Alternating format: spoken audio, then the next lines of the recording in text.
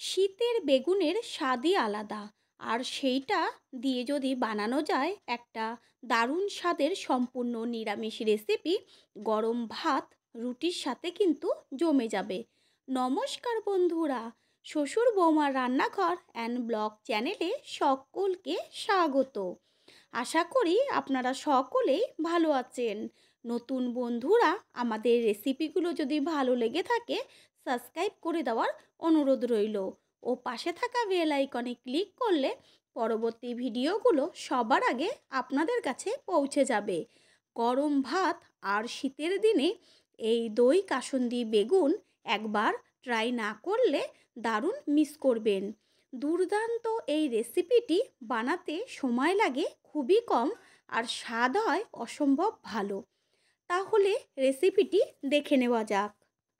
দই কাসুন্দি বেগুন তৈরি করার জন্য সবার প্রথমে এইখানে আমি একটা বড় সাইজের বেগুন বোটা সমেত লম্বা লম্বা করে কেটে নিয়েছি। এবার ভালো করে জল দিয়ে ধুয়ে নেব। জলে ভালো করে ধুয়ে নেবার পরে এর ওপরে ছড়িয়ে দিচ্ছে লবণ, হলুদ গুঁড়ো আর হচ্ছে কাশ্মীরি লঙ্কার গুঁড়ো। বেগুনের গায়ে লবণ, লঙ্কার গুঁড়ো আর হলুদ একসাথে সুন্দর করে মাখিয়ে নেব। মাখিয়ে 3 থেকে 4 মিনিট রেখে দেব। সমস্ত কিছু মাখিয়ে 4 মিনিট মতন রেখেছিলাম। এবার গ্যাসের ওভেনে কড়াই বসিয়ে কড়াই ভালো করে গরম করে নিয়ে দিচ্ছি সর্ষের তেল। তেল গরম হয়ে গেছে। এবার বেগুন গরম তেলের মধ্যে এক পিস করে দিয়ে দেব। আর লবণ হলুদ যদি মেখে 5 মিনিট রেখে দেওয়া যায় বেগুন, তাহলে কিন্তু ভাজার সময় তেল খুব কম লাগে। সাথে সাথে যদি বেগুনের গায়ে লবণ হলুদ মাখিয়ে ভাজবেন তাহলে দেখবেন তেল কিন্তু প্রচণ্ড পরিমাণে টেনে নেয়। বেগুনগুলোকে সুন্দর করে লাল লাল করে ভেজে নেব।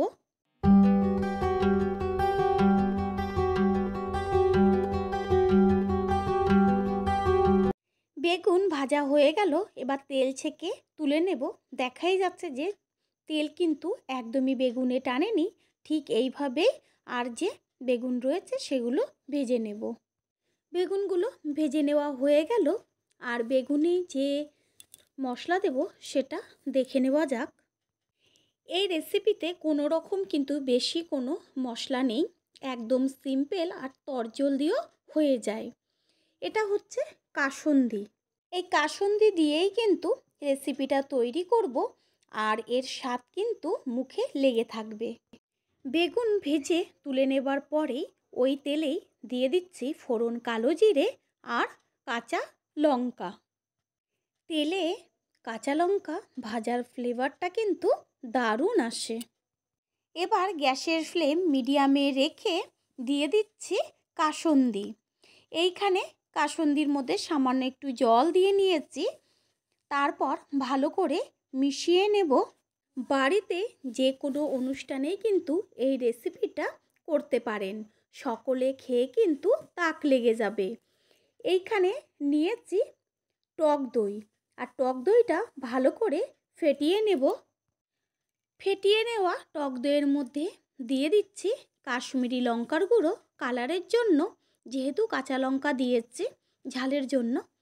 আর দেব হলুদ গুঁড়ো আর লবণ দিয়ে ভালো করে মিশিয়ে নেব। টক দই কিন্তু কখনোই তেলের মধ্যে ডাইরেক্ট দেবেন না। আর যদিও বা তেলে কখনো টক দই ডাইরেক্ট দিয়ে দেন, গ্যাসের ফ্লেম কিন্তু একদম লোতে রাখতে হবে, না হলে কিন্তু দইটা ছানা হয়ে যাবে।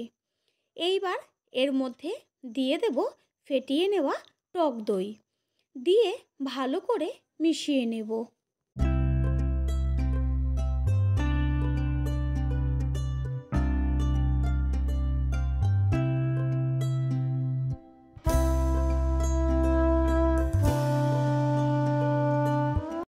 মশলার থেকে তেল ছাড়তে শুরু করেছে। এবার এর মধ্যে দিয়ে দিচ্ছি অল্প করে উষ্ণ গরম জল। জল কিন্তু বেশি একদমই দেওয়ার প্রয়োজন নেই, যেহেতু বেগুনগুলো ভেজে নেওয়াই আছে। জল ফুটে গেছে। এবার এর মধ্যে এক পিস করে বেগুন দিয়ে দেব। গ্যাসের ফ্লেম এই সময় মিডিয়াম টু লোয়ে রেখে বেগুনটা হতে দিতে হবে।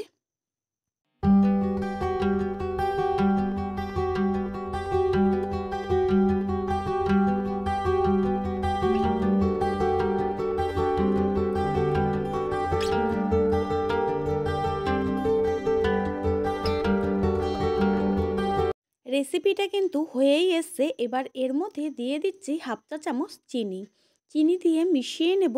আর এই রেসিপিতে কিন্তু ঝোল একদমই ভালো লাগবে না, মশলাটা মাখা মাখাই ভালো লাগবে। আর গ্যাস অফ করে দিয়ে ওপরে ছড়িয়ে দেওয়া হলো ধনেপাতা দিয়ে ভালো করে মিশিয়ে নিয়ে একটি পাত্রে তুলে নেব। তৈরি হয়ে গেল আজকের রেসিপি দই কাসুন্দি বেগুন। রেসিপিটি কেমন লাগলো লাইক, শেয়ার, কমেন্ট করে অবশ্যই জানাবেন। আপনাদের দেওয়া একটা লাইক কিন্তু আমাদের কাছে অনেক অনেক গুরুত্বপূর্ণ, তাই লাইক দিতে কেউ একদমই ভুলবেন না। All friend, thanks for watching my video. আবারও দেখা হবে অন্য কোনো রেসিপির এপিসোডে।